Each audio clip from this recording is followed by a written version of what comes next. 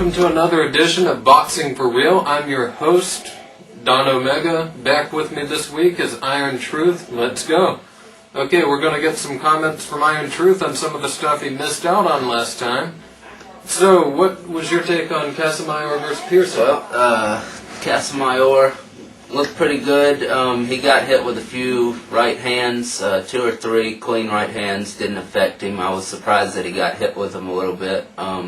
I didn't give Pearson a round, to be quite honest. I don't know what Atlas was watching on the ESPN2 commentary. He had Casamayor up 5-3. I see no way to give Pearson 1 round, much less 3. I thought Casamayor put on a pretty good performance. I'd give him about an A- for it, actually. So, I think he deserves a third match with Corrales. Definitely, Corrales was absolutely ridiculous in the studio. If Casamayor would have knocked this guy dead with a jab in the first round, Corrales would have found something to say to get out of this third fight with him. He does not want the fight. He calls himself a champ. That's a joke. He got knocked out in the last fight. He weighed more than Castillo. He needs to stop using that excuse. That's pathetic.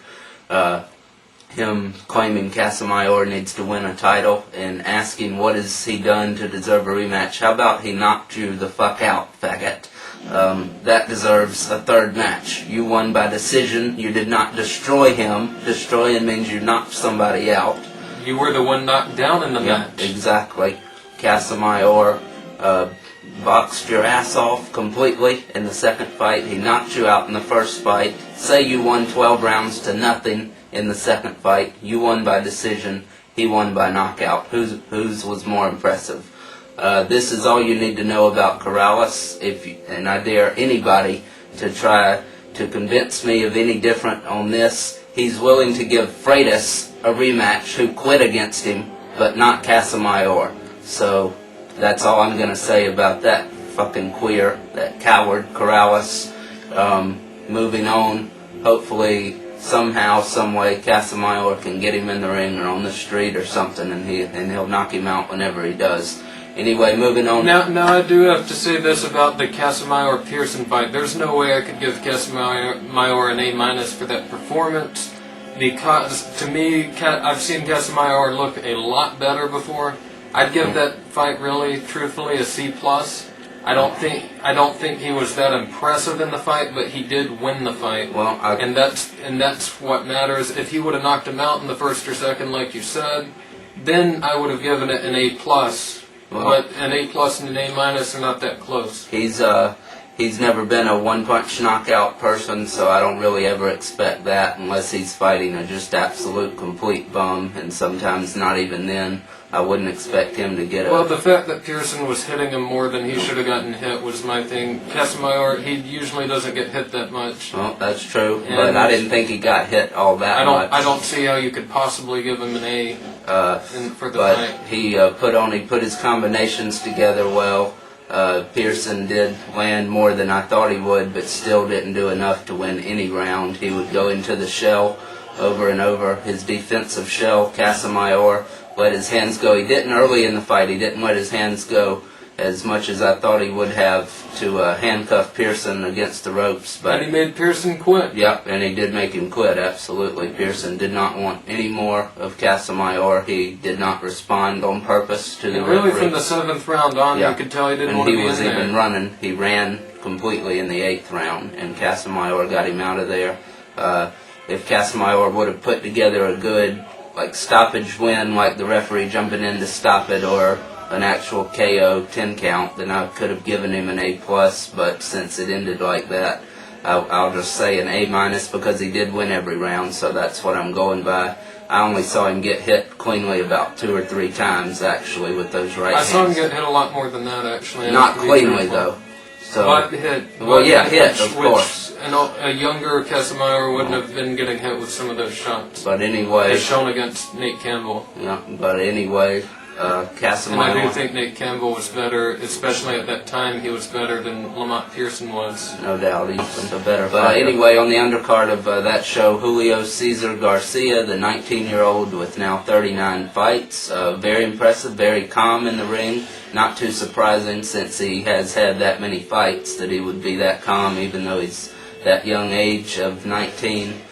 Get him a few more fights, and he's pretty much ready for the elite level. So John Jackson got a second-round knockout, I believe. The up-and-coming fighter from Michigan had fast hands, let his hands go good, had good skills, explosiveness. Looking forward to seeing him more. Now he's 6-0. All knockouts, so keep your eyes on him. Karmazin, pretty much what I thought it would be as far as the rounds, as far as how many rounds Spinks won to Karmazin. I picked 8-4 for Spinks. I thought it could have been that 7-5 at the closest, 115, 113 for Spinks. He actually did rock Karmazin a few times, just kind of wobbled him, nothing major, but I was pretty surprised at that. Karmazin took Kasim Uma's punches better than that, actually, and Uma is definitely a harder puncher than Spinks. He's not a hard puncher at that much, but definitely more than Spinks. Spinks looks just as fast as he was at 147.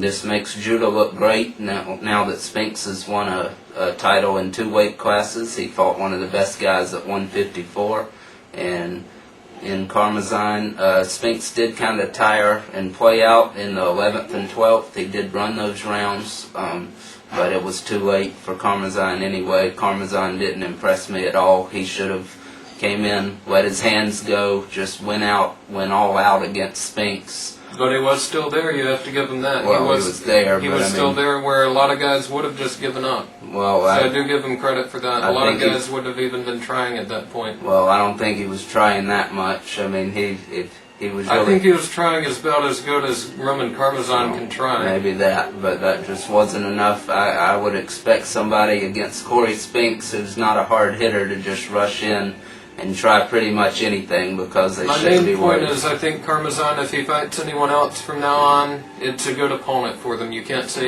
he's a good opponent. Yeah, he's not a complete bum. I would say he's a decent fighter. Before this fight, I thought the Uma fight was a complete fluke. I thought Karmazin was a joke, and this fight showed to me that Karmazin is a better fighter than I gave him credit for. He's a decent fighter. I said that before, since I did see the Uma fight. Even to beat Uma at it when he's sick is somewhat impressive. And anyhow, Corey Spinks did win the fight. Yeah. What do you think he'll do from here? What would you like to see him do? Well, what I'd like to see him do is fight Kasim Uma, really. That'd be the best fight to make for him at 154. Probably more likely he gets matched up with another Don King fighter who also has a title in Jose Antonio Rivera. But this guy is known for pulling out of fights left and right.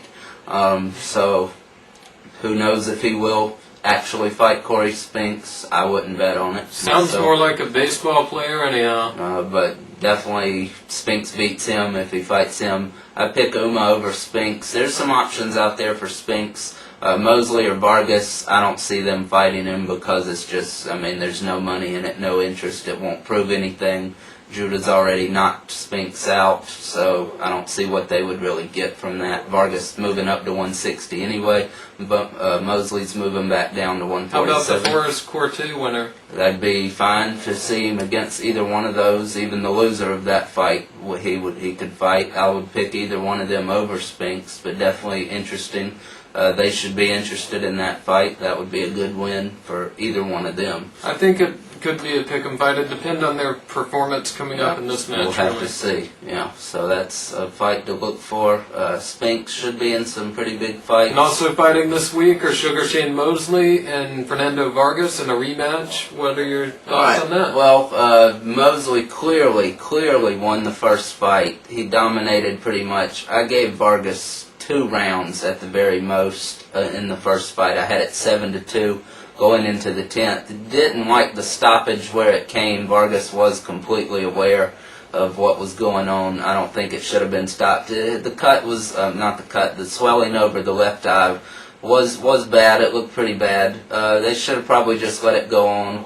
Thankfully, they didn't, because it looked like Vargas was up on the scorecard somehow, so Mosley would have been robbed of a decision.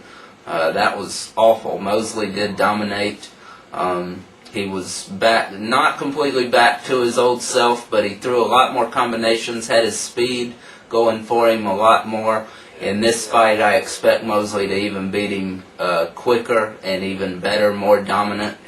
One of those judges was a female, and I think she was just in love with Vargas's looks more than his actual performance, because I see no way in hell you could have Vargas winning that fight. Who knows what a female judge is thinking? They need to get them out of there anyway, as they need to get boxers that are female. This is a man's sport. Keep men as judges, referees, fighters. And if you want to have women's boxing, keep it separate. Right. We don't want to see it. Right. You don't want to see it. And if you do, you don't want to be watching our show. Right. You're not a boxing fan. So anyway, I picked Mosley. I'm going to go with the 9th round TKO this time. I think he knocks Vargas down once. Vargas gets up. Mosley finishes him. Much more clear of a stoppage this time than the last one. Vargas has gone 12th round knockout, 11th round knockout, 10th round knockout. Now it's going to be 9 to Mosley. Hope Vargas can come back after this. Vargas, great fighter. I like him a lot. He'll move up to 160. There's a lot of people that, pretty much anybody there, I would pick him to beat. Maybe not Winky Wright, but other than that, definitely pick him over Jermaine Taylor for sure. And just to recap my pick, I'm picking Mosley, unanimous decision. Could see a late round knockout. I could see a decision, but I'm definitely I'm about 95% sure Mosley's going to stop him again, I would think. I don't know what Vargas can do differently to change the outcome at all. So Mosley hopefully fights Floyd Mayweather November 4th. That'd be the perfect fight. After this one, he says he doesn't want to fight again, but he also said that after the first Vargas fight. That's right, he said it after the first one. Which was in February. Alright, anyway, on the undercard, you have Juan Diaz versus Randy Suico, who Mazonki Fana beat by a 12-round decision. Fana, of course, the guy that got his head knocked off in 2 rounds by Marco Antonio Barrera last April. Suico lost to this guy, so Diaz should knock him out middle to late rounds. Don't know what's going to happen for Diaz next. There's some big fights out there for him. Like you said, Corrales won't fight him, of course. He's way too tough of an opponent. Would love to see Casamayor get a shot with him, but that would be a good fight. That would be great. Knowing the judges, though, with Diaz's coming forward style. And the way he's promoted. Yeah, and Casamayor being the boxer, which is never appreciated, as the Casamayor's 3 losses and 1 draw. But Diaz would probably get the decision, so might not want to see it after all. But anyway, and also on the undercard, Daniel Ponce de Leon fights a rematch from last October. I'm not even going to try to say the guy's name. He's a Thailand fighter, Saad something. It was on HBO Latino last October. He beat him by decision. It was somewhat of a close fight, so this should be interesting. Well, that's our show. Thank you for watching. Be sure to email us, boxingforreal@gmail.com. And check us out on the web at omegafights.com. We got fights for trade or whatever. And yeah, thanks for tuning in. Send in those questions. Later.